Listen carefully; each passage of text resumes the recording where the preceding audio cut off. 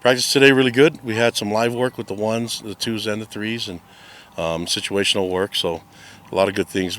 First time in full pads, and so it was good to get some tackling in, get some tackling drills, all that stuff. So we're pleased with the way the team's working. Obviously, we had some mistakes.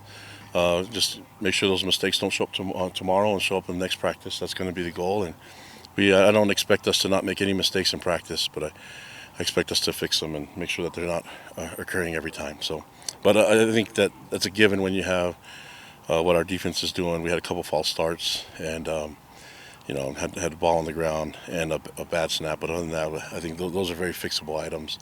Got to go see how we did. Everybody doing their 1/11th. So, what questions do you guys have for me? Is there a quarterback that's starting to separate themselves at all? No, they're all playing at a high level, all of them, and so that's a good sign. Makes it more difficult. We asked them to make it difficult for us, and so they're doing that. And we just got to keep giving them situational work like today and some live work, even though the quarterbacks aren't live. Kind of seeing them, the decision-making process for them. Are they making great decisions in really difficult times, Kalani, with the situation with Pokai, are you concerned now with your running back depth? No, I mean, we've had a deep group for a while now. We're still waiting on what happens with Folau, with Hinckley, and so.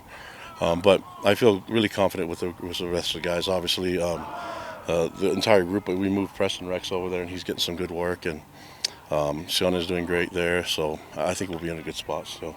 Outside of Chase, there's not a ton of experience in the wide receiver group. How do you feel they're coming along?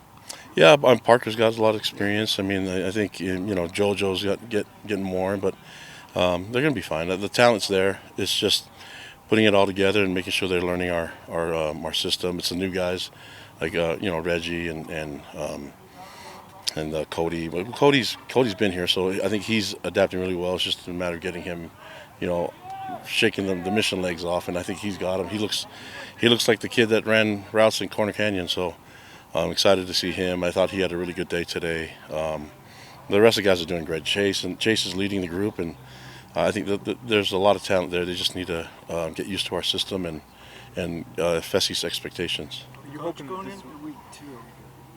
What do you want to see as far as getting better?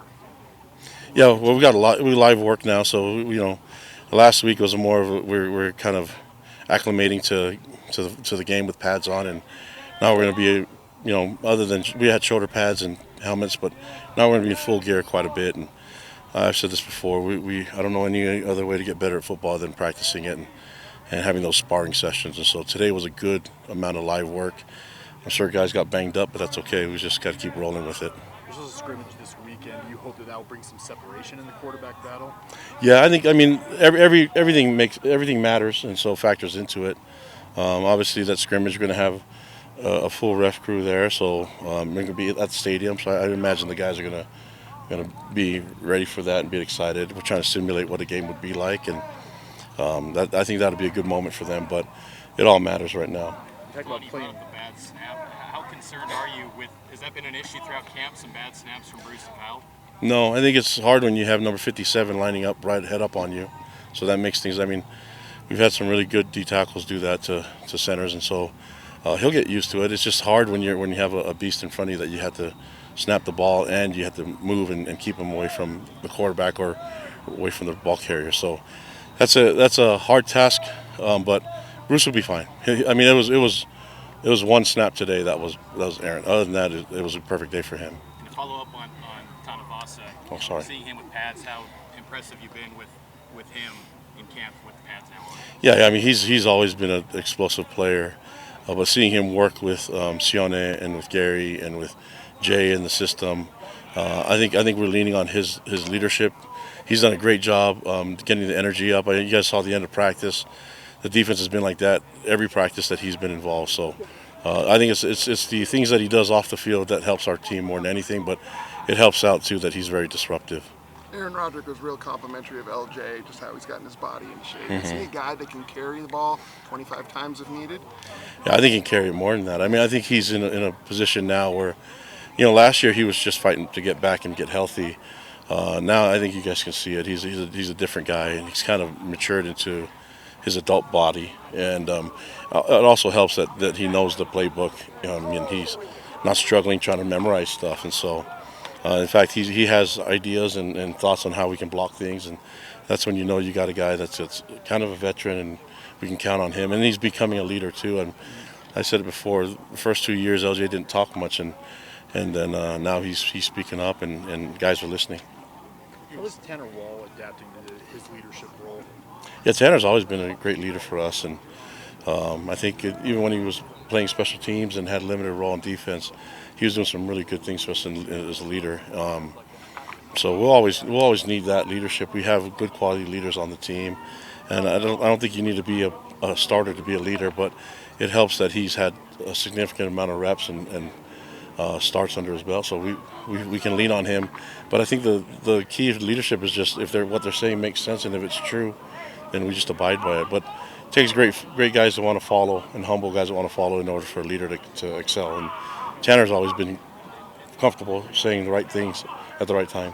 Coach, has any of the freshmen or the guys coming back from the missions impressed you or stuck out?